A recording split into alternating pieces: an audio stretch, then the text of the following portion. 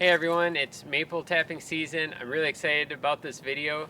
Um, this video is gonna be the first part of a little maple syrup mini series. Today we're gonna talk about tapping the tree, which by itself is a simple process that only takes a few seconds, but I'm gonna go into all the little details around it. We've been tapping for a number of years and we've learned a few things that we'll share with you today.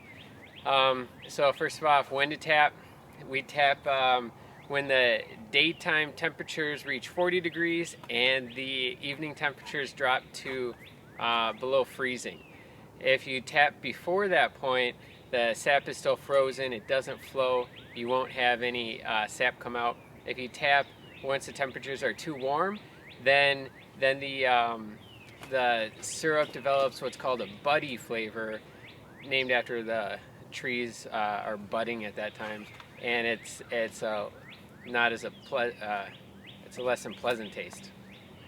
So the maple tapping season is only a few weeks long, 3 to 4 weeks. For our latitude here, it's essentially the month of March, give or take a week, and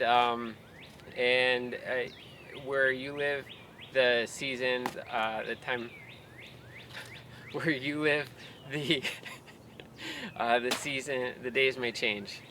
So that's when to tap. And now what to tap, you want to tap, what we're talking about here today are maple trees.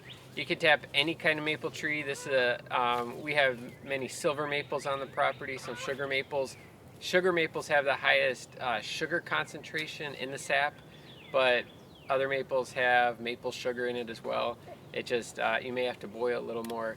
Interestingly, what we found is that even though we have sugar maples, the ratio is still 40 gallons of sap per gallon of syrup. So we're happy about that. So we tap the maple trees here. You can tap other trees. You can tap black walnut trees, box elder trees. Black walnut trees, for example, produce really good syrup. Today we're just going to talk about maple trees, though. All right. And then where to tap. So what you want to do is first identify a maple tree that is at least 10 inches in diameter. If you tap trees smaller than that, I don't think it's good for the trees. And you can put more than one tap in a tree. For every 10 inches of the tree in diameter, you can add another tap, up to 3 taps. So if you have a 3-foot diameter tree, you can put in a few taps. But I wouldn't recommend going beyond that. So what we do here is we identify a spot on the tree, usually 2 or 3 feet up, just out of convenience. And you can see here where we tapped last year. The tree heals each year by itself. You don't add anything to the hole at the end of the year. And what you do is you go over about 6 inches and then up about 6 inches, and that's where you're gonna that's where we're gonna put the new hole this year. So after many years, you're gonna end up with kind of a spiral pattern of taps. And so what you do when you tap, you aim at the center of the tree and angle slightly down a little bit so that gravity can help the sap flow out. We go in 1.5 inches. Some people go in 2.5 inches, but I found the 1.5 inches work. Use a nice sharp drill bit. I go slower on the drill. I don't want to produce too much heat and damage the hole here.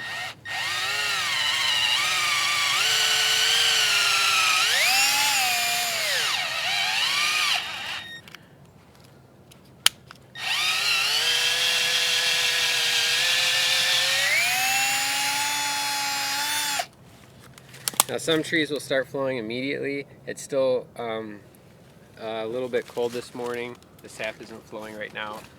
Don't be discouraged if the sap doesn't flow right away. Alright, so now there's different types of taps to use. And I can go over a couple of them here. So the ones that we use are the stainless steel taps. This is a tap that that we prefer, and this is actually one that we've been using for many years, and you can see it still looks like new. There's other taps here. These are made just for the tubing spout, or for the tubing. This is a tubing spout, stainless steel tubing spout. These work really well too. This also is many years old and it still looks new. There's other types of taps, some made out of aluminum or galvanized steel. I've read that reacts with the syrup, so we stay away from those.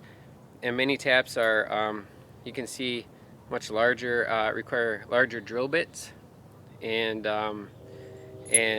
so you need a larger hole in the tree, and in my mind it just does more damage to the tree. So the taps that I'm going to be putting in today is this 5/16 hook spout. They're also called spiles if you read about them. Put in this 5/16 hook spout, and I forgot to mention that the drill bit diameter is a 5/16 drill bit for the 5/16 spout. Alright, so next we're going to tap it into the tree. When you tap it into the tree, you don't pound too hard, it's just tapping. And I'm going to try to capture the sound so you can hear it. When the tap is seated in the tree, it makes a different sound. And so let's see if we can hear that. Oh, the other thing I forgot to mention, don't blow in the hole. You'll be tempted when you see wood shavings in the hole to blow them out, but don't. That introduces bacteria into the hole, and that'll decrease your sap flow. Alright, so I'll pound it in. I'll hold the hook here so it doesn't rattle as much so you can hear it.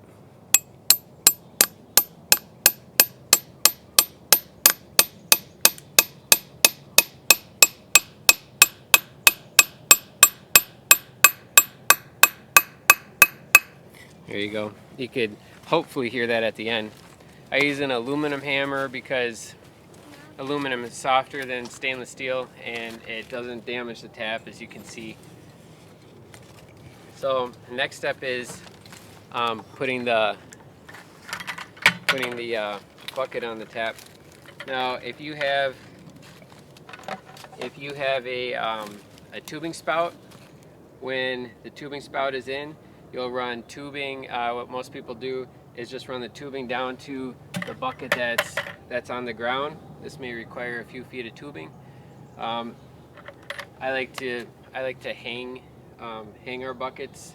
Just requires less tubing, and for us it's a pretty easy setup. The tubing that we use is 5/16 maple tubing. The reason that it's blue is it's UV resistant tubing. It allows sunlight in so that the sap doesn't freeze inside the tubing. But it's if it was clear tubing, it kind of creates a greenhouse effect and heats up the sap, which can spoil the sap. So that's why all the maple tubing you see is blue color, or at least a majority of it. Alright, so all we do here is we hang up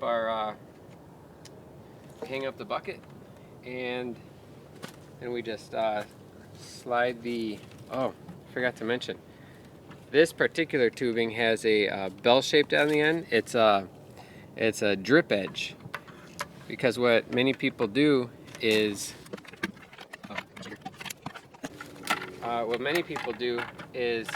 have their setup look like this, so that the spout drips right into the bucket, and which is fine. I like using the tubing to create a closed system so we don't have to worry about bark and leaves or animals in the sap.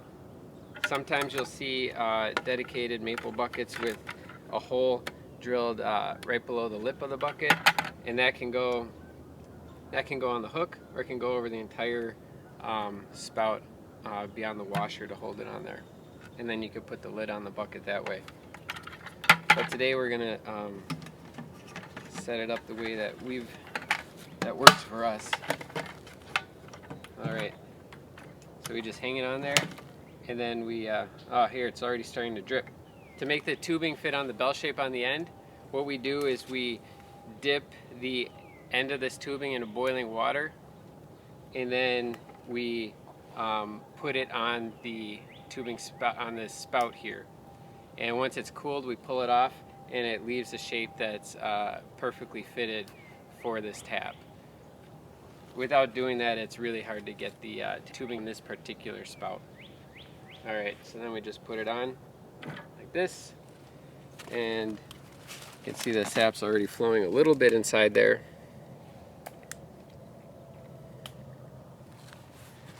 And that's it. So this this spout, when it's properly seated, will support all of the weight here.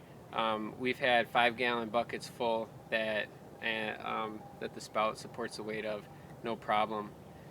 From each tree, you can expect up to 2 gallons of sap production a day. Some trees have very little to no sap production all season. Other trees can produce 3 gallons plus in a day. But what we've typically seen is 1 to 2 gallons a day when the sap is running. When it's really cold out, the sap doesn't run very well, and so the sap, don't expect sap to flow each and every day of the maple season. That is essentially it. I appreciate you watching. I hope this helped somebody. If you have any questions, please comment below. This is a fun topic for me to talk about. I'll respond. Thanks again. Please like and subscribe. It helps out our channel.